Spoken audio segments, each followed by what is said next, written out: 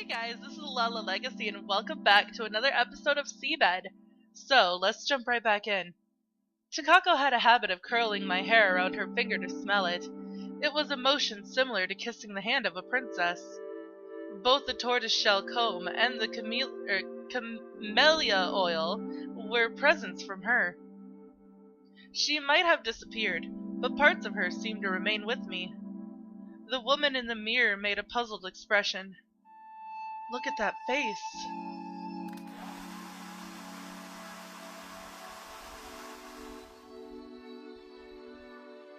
I turned off the hairdryer and placed it on the dresser.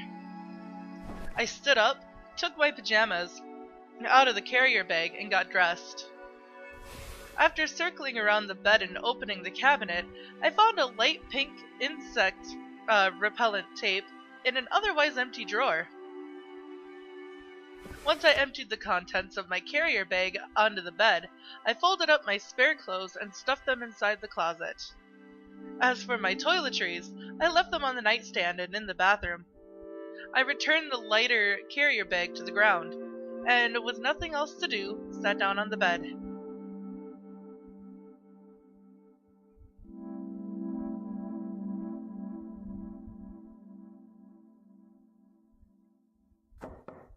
Whoops. The knocking sound I heard earlier did not melt into the night sky. Instead, it seemed to have been reverberating in a narrow space. I looked at the window to see curtains folded calmly beside it. The pale moon hung motionless in the dark sky.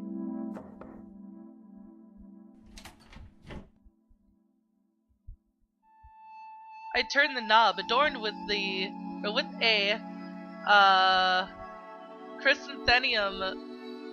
chrysanthemum, I don't know, carving, and stepped outside. I'm sorry guys, I don't know some words, okay? A lot of these words I've actually only seen in books, so I don't know how to properly pronounce them because I've never had to actually say them before. The branches of the oak tree cast dark, twisting patterns on the floor through the window. Whoa! To my right, I spotted a girl that resembled Takako descending the stairs. I began following her, eventually breaking into a dash. Even knowing my loud footsteps could wake someone, I still wouldn't stop. Well, of course, this is the same place Takako was at. I only halted up after circling down the spiral stairs that led to the lobby. Upon quickly surveying the area, I realized that no one else was around. Out of nowhere, I could have sworn I heard the front door close. I hurried to the door, turned the knob, and stepped outside. Come on, we gotta chase her! The lack of streetlights made it difficult to see. Oh, hello there, Sachiko! Startled, I turned towards the source of the abrupt voice and saw a person's silhouette emerge from the darkness. Hi! It was Nagasaki! The corners of her lips curled up as she drew closer to the light. You ran all the way here just to greet me? I'm flattered. Nagasaki. I looked her over from head to feet. Seriously though, what are you doing here dressed like that? I was just...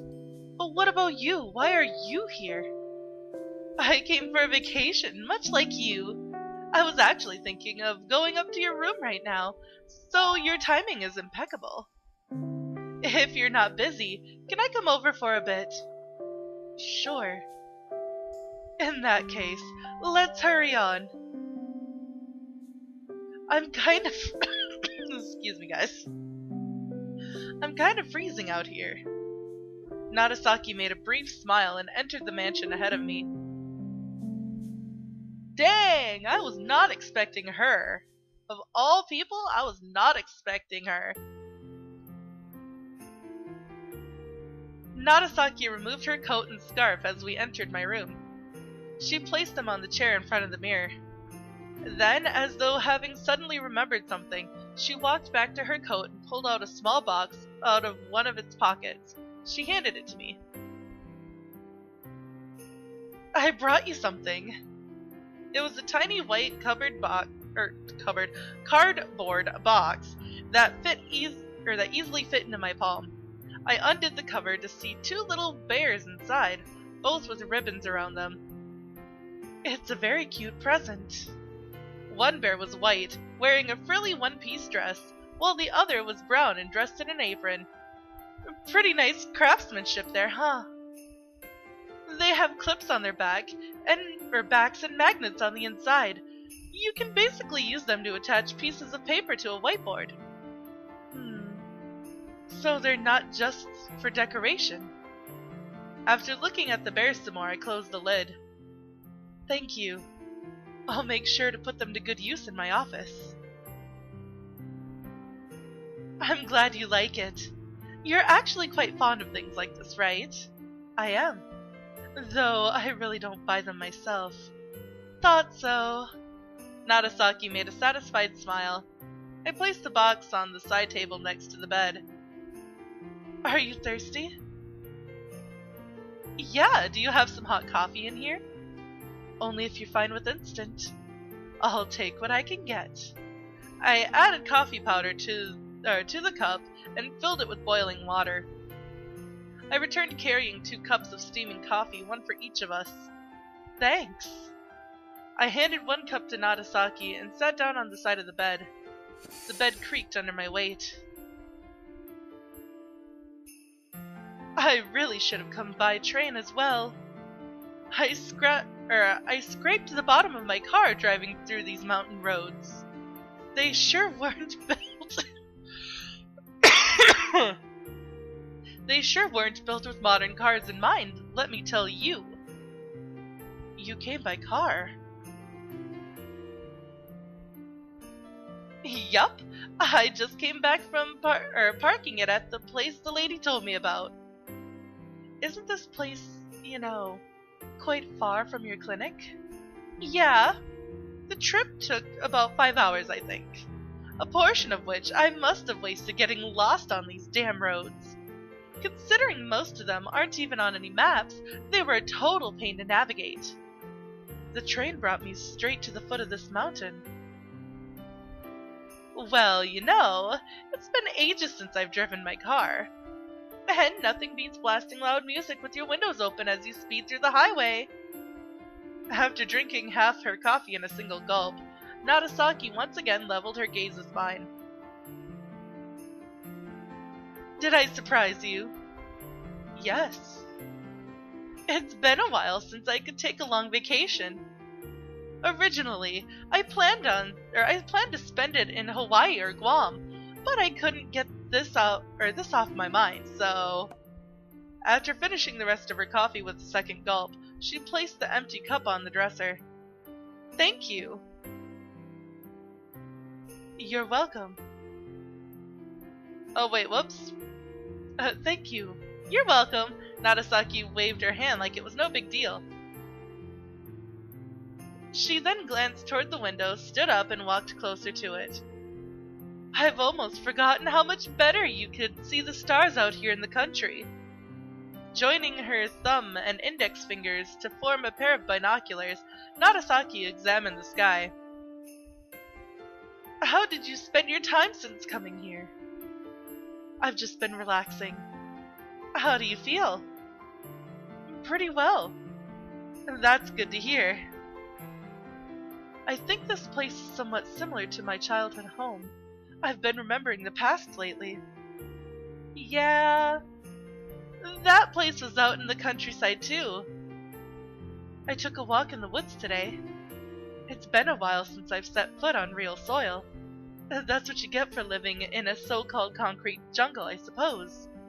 It felt as though, or almost as though, I was transported into a different world.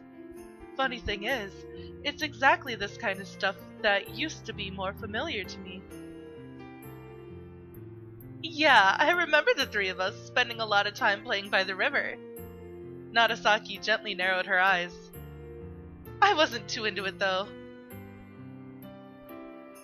Oh, whoops. I wasn't too into it though. Well, I guess it was usually Takako who wanted to go on adventures. She was the one who'd always slip and fall into the river, or into a hole dug for sweet potatoes, or stumble on some random tree roots and fall face first into the ground.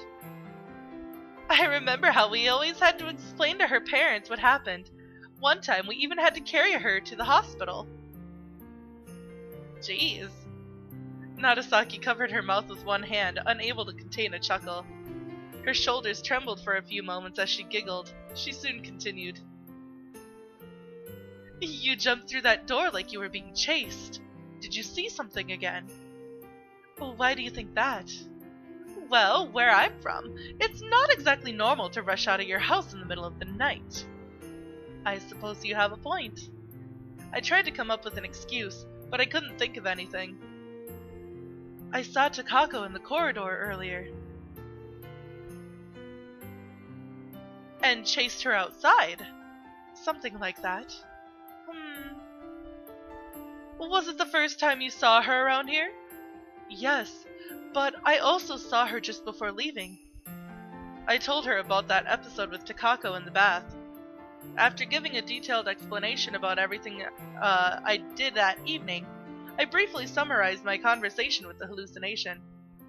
Narasaki asked a few questions and I answered.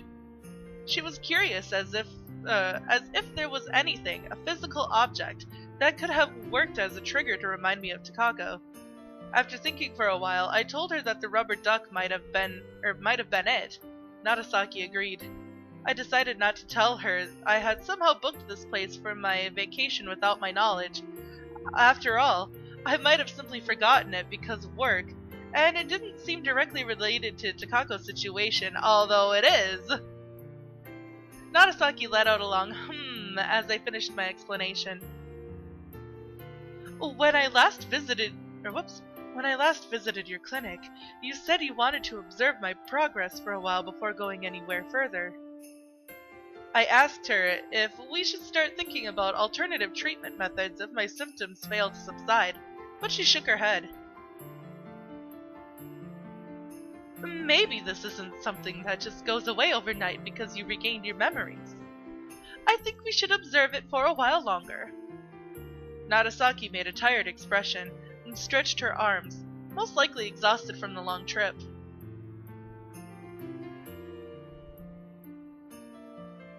I looked away and tried to remember Takako from earlier today. Then I thought about the Takako I saw in the bath. Narasaki said there might have been a physical object that made me see hallucinations of her. In that earlier case, it was most likely the rubber duck in the bath. But I'd never been to this inn before, at least not with Takako.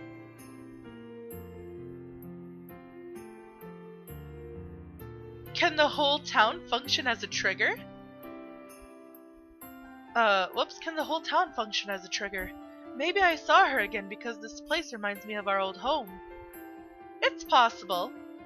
Or maybe it's something you brought with yourself. I thought about my luggage for a moment, but I was pretty sure I didn't bring anything that used to belong to Takako. I gave up on continuing along that train of thought. I came all this way, but I suppose things aren't going to be that easy. I've said this before, but people don't just get better overnight. The important part now is that you're physically healthy. By the way, you said you were curious about something when we last met. What was it? Before she could pry any further, I reminded Narasaki of what she said the last time I visited. Oh, that was okay. Last time I visited her clinic. Narasaki pointed at the clock next to the dresser. That aside, don't you think it's gotten a little late? Shouldn't you go to bed? I should, but then Takako came along, and now you're here. It'll be a while before I start feeling sleepy again.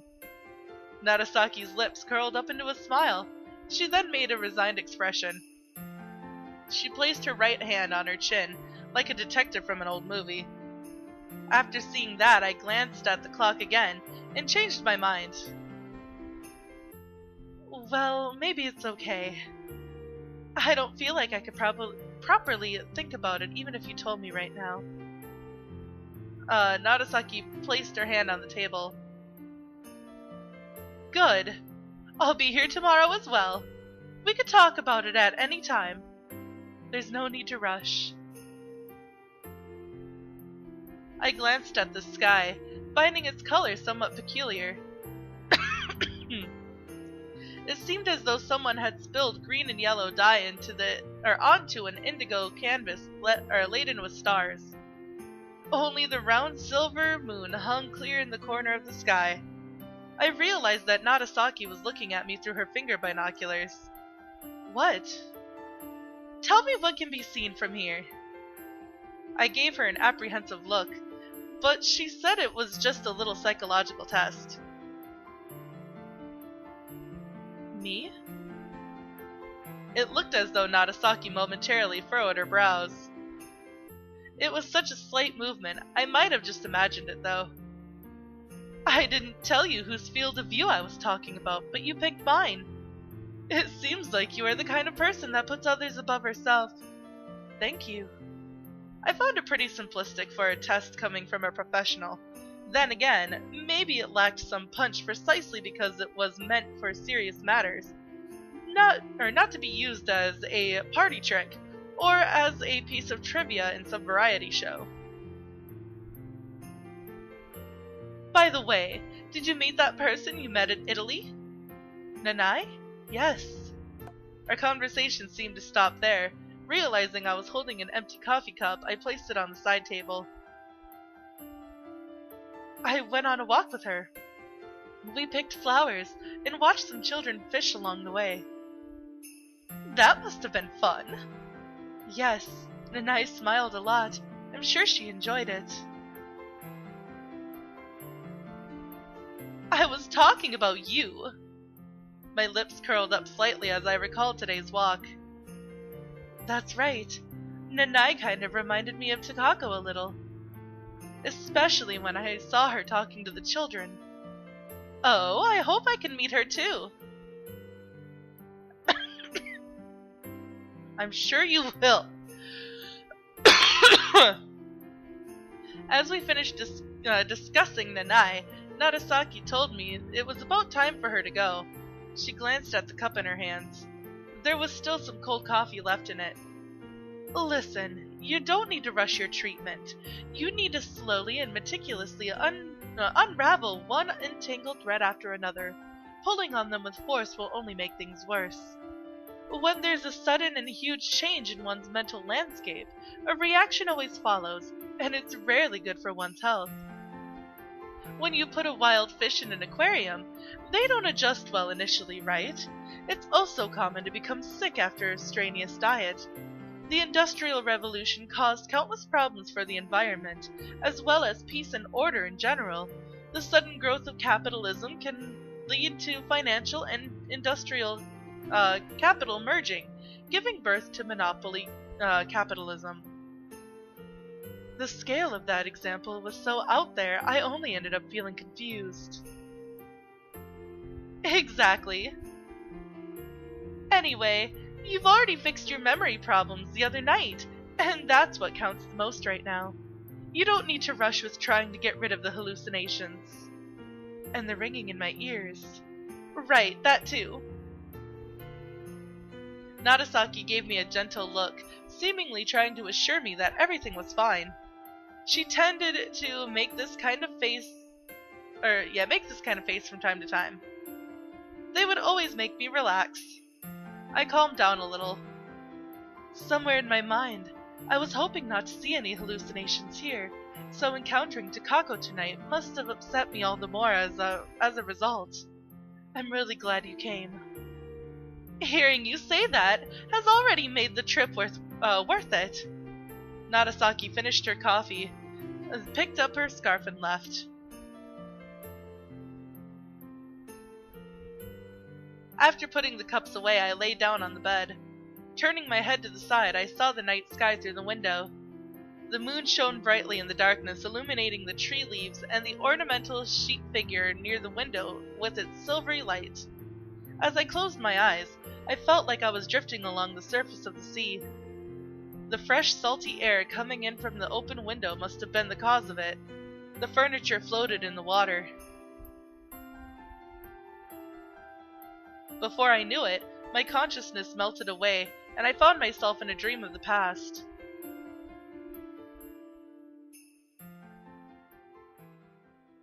But that is all the time that I have for this episode, guys. So if you liked it, please give it a big thumbs up down below. And if you haven't already subscribed, by subscribing, you're becoming part of a legacy. I love you guys so much, and I will see you in the next video. Bye-bye!